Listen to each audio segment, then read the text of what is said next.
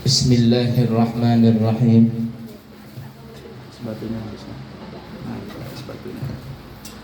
Assalamualaikum warahmatullahi wabarakatuh. Alhamdulillahi rabbil alamin. Allahumma fasalli wa sallim ala sayyidina Muhammadin wa ala alihi wa sahbihi ajma'in, amma ba'du. Ibu-ibu, para jamaah sekalian yang disayangi Allah dan dicintai Allah, alhamdulillah kita masih berada di bulan Maulid, bulan kelahiran Nabi kita Muhammad sallallahu alaihi wasallam. Mudah-mudahan dengan berkat gembira kita dengan bulan kelahiran Nabi Muhammad sallallahu alaihi wasallam, maka insyaallah Allah akan menggembirakan hati kita juga di akhirat nanti. Puncaknya nanti mendapat syafaat Nabi Muhammad sallallahu alaihi wasallam dan masuk surga bersama Nabi Muhammad sallallahu alaihi wasallam. Amin ya rabbal alamin. Di Mekah, Madinah, terutama di Madinah, itu bulan Maulid ini biasanya banyak orang berumrah. Kita lihat di TV itu orang tawaf banyak. Nah, apalagi pas nanti hari Senayan ini, pas 12 Rabiul Awal, itu banyak sekali orang yang berziarah di depan Rasulullah SAW. Karena kalau kita bermaulidan di sini saja, ya ibarat kata salam jauh. Ya, tapi kalau sampai ke sana itu orangnya kita lihat langsung. Nah, lihat makamnya. Jadi kata Habib Kadim As-Segaf, kata beliau nih, ada orang berziarah tuh di makam Rasulullah, itu kan saling menilik-nilik di dalam celah-celah pagar supaya bisa melihat makam Rasulullah. Yang pernah ke sana tahu tuh, lihat mana sih makamnya Rasulullah tuh, melihat kan. Kalau kita lihat di bujur-bujur di dalam apa ngarannya itu pagar itu kelihatan saja. Biar Habib Kabim kita melihat-lihat begitu, padahal Nabi melihat kita, oh si fulan menziarah aku, si fulan datang kepadaku. Nah, maka bergembiralah orang-orang yang bisa berangkat ke sana. Insya Allah nanti besok kami berangkat beserta rombongan, ya, Sabtu besok, kemudian kembali tanggal 27 September. Ya ala kulli hal. Nah, bergembira dengan kelahiran Nabi kita Muhammad SAW ini memang itu sangat dianjurkan. Walaupun bubuhan Wahabi, bubuhan Salafi melarang-larang kita bermaulidan, masa bodoh. Semakin dilarang semakin banyak orang bermaulidan. Nah, kenapa? Karena bergembira dengan kelahiran Nabi kita Muhammad SAW ini memang adalah perintah Allah Subhanahu wa ta'ala. Qul bi fadlillahi wa bi rahmatihi fabidzalika falyafrahu huwa khairum mimma yajma'un. Katakanlah wahai Nabi Muhammad, beritahu kepada semuanya itu, ubuhan umat-umat piantu, beritahu bi fadlillah, dengan karunia Allah dan dengan rahmatnya Allah, maka hendaklah mereka bergembira. Al-Imam Sayyuti di dalam ayat ini beliau menafsirkan bahwa fadlullah, karunia Allah itu, yang dimaksud fadlullah itu adalah ilmunya Allah. Dan Nabi menyebutkan ana madinatul ilm wa aliyun babuha faman arada al-madinah falyatiha bibabiha Kata Nabi, aku kotanya ilmu.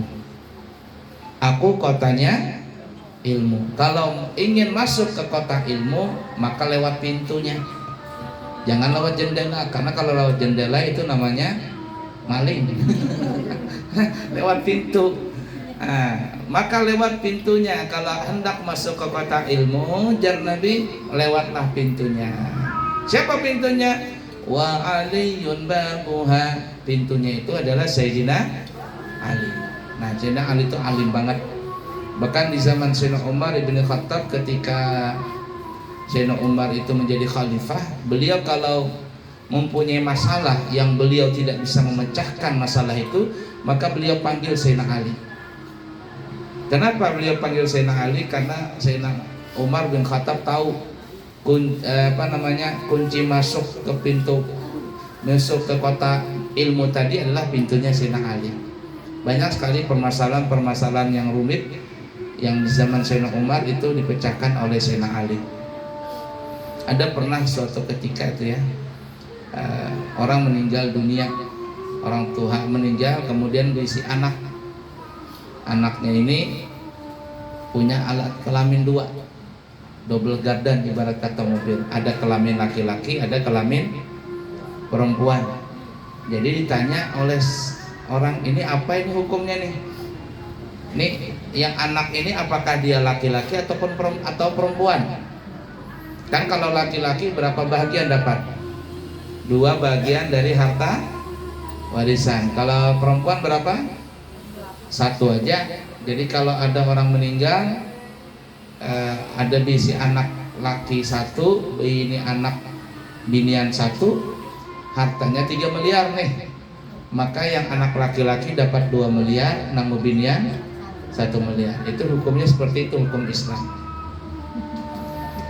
Nah, jadi bingung nih, ini anak ini laki-laki kah perempuan? Lalu kata Sayyidina Ali, hitung aja tulang rusuknya. Kalau dia lengkap lakian, kalau lengkap binian, kalau kurang lakian. Dihitung sama bubuhannya, oh kurang ya. Berarti bebinian. Nah, itu di zaman Sayyidina Ali banyak terpecahkan masalah itu. Macam-macam lah masalah. Itu salah satu contohnya. Nah, jadi kita kembali, Allah menyebutkan dengan sebab fadlullah, karunia Allah, maka bergembiralah. Fadlullah itu kata Imam Syafi'i ilmunya Allah. Wa bi rahmatihi, dan dengan rahmatnya Allah. Siapa itu rahmatnya Allah? Tidak lain, nanti kita bukan Nabi Muhammad. Wa ma arsalnaka illa rahmatan lil alamin. Dan tidaklah engkau diutus wahai Nabi Muhammad kecuali untuk menjadi rahmat. Jadi rahmat yang paling besar yang Allah berikan kepada umat ini adalah Nabi kita. Nah, kata Allah Ta'ala, kalau terkumpul fadlullah, yaitu ilmunya Allah, dan ilmunya Allah adalah Rasulullah, dan dengan rahmatnya Allah, dan rahmatnya Allah itu juga Rasulullah, ujung-ujungnya kembali Rasulullah. Apa jar Allah? Fabidzalika falyafrahu. Hendaklah bergembiralah, hendaklah mereka bergembira. Bergembira kita dengan Nabi ini bergembira. Jar Guru Udin sama Reda happy. Yang penting happy terus. Happy. Bergembira dengan Rasulullah. Nah, orang bergembira dengan Rasulullah ini terutama di bulan Maulid ini bermacam-macam modelnya. Seperti orang bergembira itu, model orang bergembira macam-macam. Ada orang bergembira nangis. Ada nggak orang gembira nangis? Ada? Ingat lapian waktu selesai akad nikah, abahnya Bahari menyebut, aku terima nikahnya Fulanah binti Fulan, mas kawin tersebut tunai. Nah, menangis pian. Jar mamanya, kenapa? Ada ketujuh kah nikah? Kada mae. Terus kenapa menangis? Terharu, bergembira. Ternyata laki ulun lancar membacanya. 3 hari menghafal itu aja. Nah, banyak tuh pebinian yang selesai akad nikah tuh menangis. Bukan sedih tapi gembira. Dapat hadiah door prize nih di mana-mana, banyak door prize. Pas ada door prize umrah gratis, dapat blok, alhamdulillah, nangis dia. Kada ketujuh dapat door prize umrah, bukan kada ketujuh, saking gembiranya itu ekspresinya dengan cara menangis. Tapi pada umumnya orang menangis itu sedih, tapi ini kada. Nah, begitu juga ada orang gembira tertawa. Pada umumnya kan orang gembira itu tertawa, tersenyum, happy. Tapi berapa banyak orang tertawa ternyata bukan gembira, alias sakit gila. Orang gila itu nggak tertawa aja. Makanya hati-hati pindah duduk sesenda sorangan di pinggir jalan tiba-tiba tertawa, jangan-jangan jangan orang balik papan apa sedeng atau Ustaz Latif beleng-beleng ya. Nah, jadi ada orang gembira tertawa, ada orang gembira sedih, ada orang gembira loncat-loncat, jungkir balik. Ada nggak kira-kira orang loncat-loncat gembira? Ada banyaknya. Pemain sepak bola itu gol, dia lari-lari, loncat-loncat. Ya ada. Bukan hanya pemain sepak bolanya, penontonnya di stadion itu jingkrak-jingkrak. Bukan aja yang nonton di stadion, yang nonton TV, tahambur kopi di hadapan karena terasa lagi saking gembiranya itu. Ya ada. Nah, itu ekspresi kegembiraan. Orang bermaulidan ini juga bermacam-macam gayanya. Ada nang kayak kita ini majelis taklim. Pada umumnya kan majelis taklim, kan ya, ceramah. Tapi sekarang banyak kegiatan. Orang maulidan pas MTQ itu, MTQ. Apalagi bazar, apalagi pasar murah. Itu bentuk ekspresi kegembiraan. Apalagi sunat massal, lomba fashion, lomba pidato, lomba macam-macam ya, nikah massal ada juga dengan memperingati Maulid Nabi. Kami mengadakan nikah massal, boleh. Itu ekspresi kegembiraan selama itu tidak keluar dari syariat. Tapi kalau keluar syariat gimana? Peringatan Maulid ngundang penyanyi dangdut. Yang nyanyi umpama pakaiannya kada cukup kain. Wah ini kacau nih, berjogetan di situ. Wah ini bahaya nih. Atau peringatan Maulid wayang semalam suntuk subuh ada bersolatan. Peringatan Maulid catur satu malam. Wah ini keluar syariatnya. Nang kada bersolat-solatan. Ini keluar syariat. Tapi selama sesuai dengan syariat, ada pengajian, ada baca Quran, ada baca sholawat, ada makan bersama, ada ceramah, nuntut ilmu, tidak ada yang salah di situ. Nah, jadi ekspresi kegembiraan dari peringatan Maulid ini selalu digalakkan, dan itu adalah perintah dari Allah Ta'ala. Lah Abu Lahab saja musuh bebuyutannya Rasulullah. Abu Lahab itu Abu Lahab itu kan dikubur, dia matinya itu bukan di pedang perang. Waktu perang Badar, Abu Lahab kada umpat.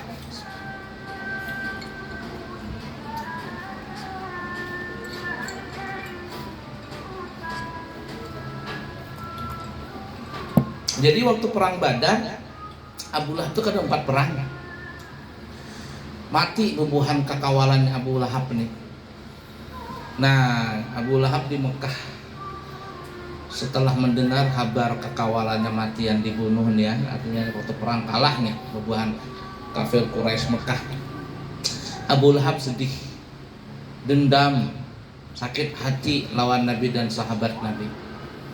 Kok bisa menang ya? Abu Lahab nih sakit hati. Maka kekawalannya nak akrab-akrab mati, Abu Jahal mati, Abu Gosok kalau ada mati juga di situ. Abu Lahab tertinggal seorang di Mekah, merista diri, sakit hati. Lalu apa? Disebutkan dalam riwayat itu Allah memberikan penyakit kepada Abu Lahab, na'udzubillahi min dzalik, nasallallahu alaihi semacam bisul tumbuh. Mungkin sekarang ini namanya cacar lah ya. Bisul sekujur tubuh tumbuhan. Ya, semacam bisul atau cacar air. Panas Abu Lahab. Sampai akhirnya gara-gara penyakit itu, mana sakit hati, mana sakit badan lagi, mati si Abu Lahab tadi. 2 bulan kurang lebih setelah selesai perang Badar itu. Lalu apa?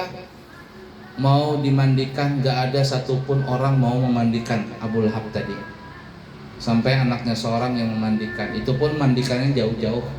Kalau bisa bergayung itu yang gayung 1 meter tuh, supaya kada kena cipratan banyu itu. Kenapa? Takut penyakitnya menular. Nah setelah itu mau dikubur, bebuhan orang Mekah nggak boleh Abu Lahab dikubur di Mekah, keluar dari Mekah. Kalau ibarat kata nggak boleh dikubur di Rapak di kilo 1, pindah kemana gitu. Nah, kilo 15 kan gitu kan, kita yang dulu kena corona nggak boleh di Balikpapan dikubur. Di mana? Kilo 15 sana, masuk ke dalam sana. Bebuhan corona yang mana sudah kuburannya nggak tahu siapa, sepulan. Nah berangkat pindah ke sana. Abu Lahab begitu juga, dikeluarkan dari kota Mekah. Kalinya Pak dikubur nggak bisa terima tanah, nggak diterima bumi. Lalu apa ya, ditumpuk kayak tanah di situ.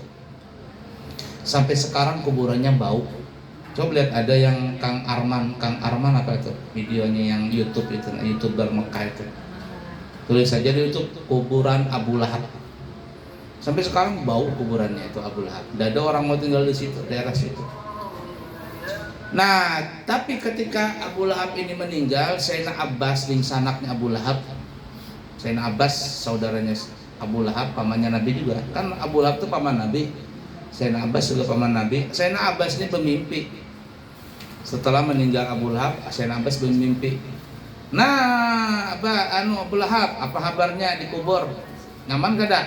Kalau nyaman katanya, disiksa terus-terusan kata Abu Lahab. Itu disebutkan dalam hadis Bukhari, itu hadisnya sahih.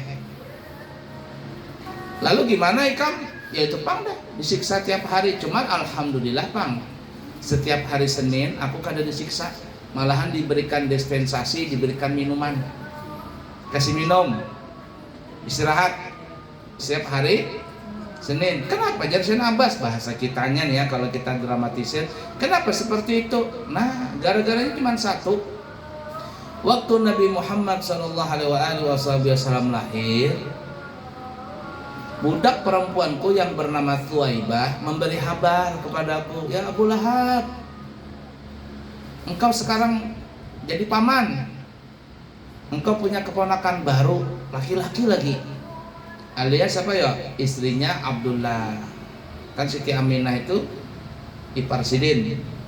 Nah, abahnya Nabi kan Abdullah, Sayyidina Abbas dengan Abu Lahab ini berisanak. Cuman Abdullah beriman, Sayyidina Abbas beriman, Abu Lahab ini nak ada beriman, musuh bebuyutan Nabi. Itu Bang, gara-garanya Suwaibah datang memberi kabar kepadaku, Abu Lahab, oh Abu Lahab, apa kabar? Orang Banjar ke Abu Lahabnya ada Bang. Supaya ramai ya.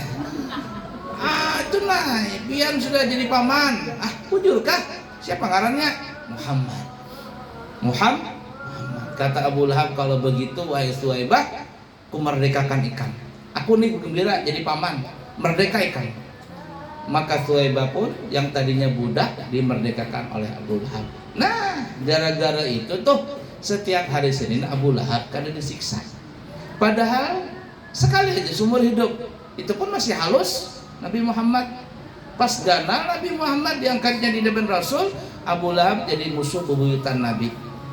Tapi Allah memberikan dispensasi kepada Abu Lahab setiap hari Senin karena Abu Lahab bergembira dengan kelahiran Nabi.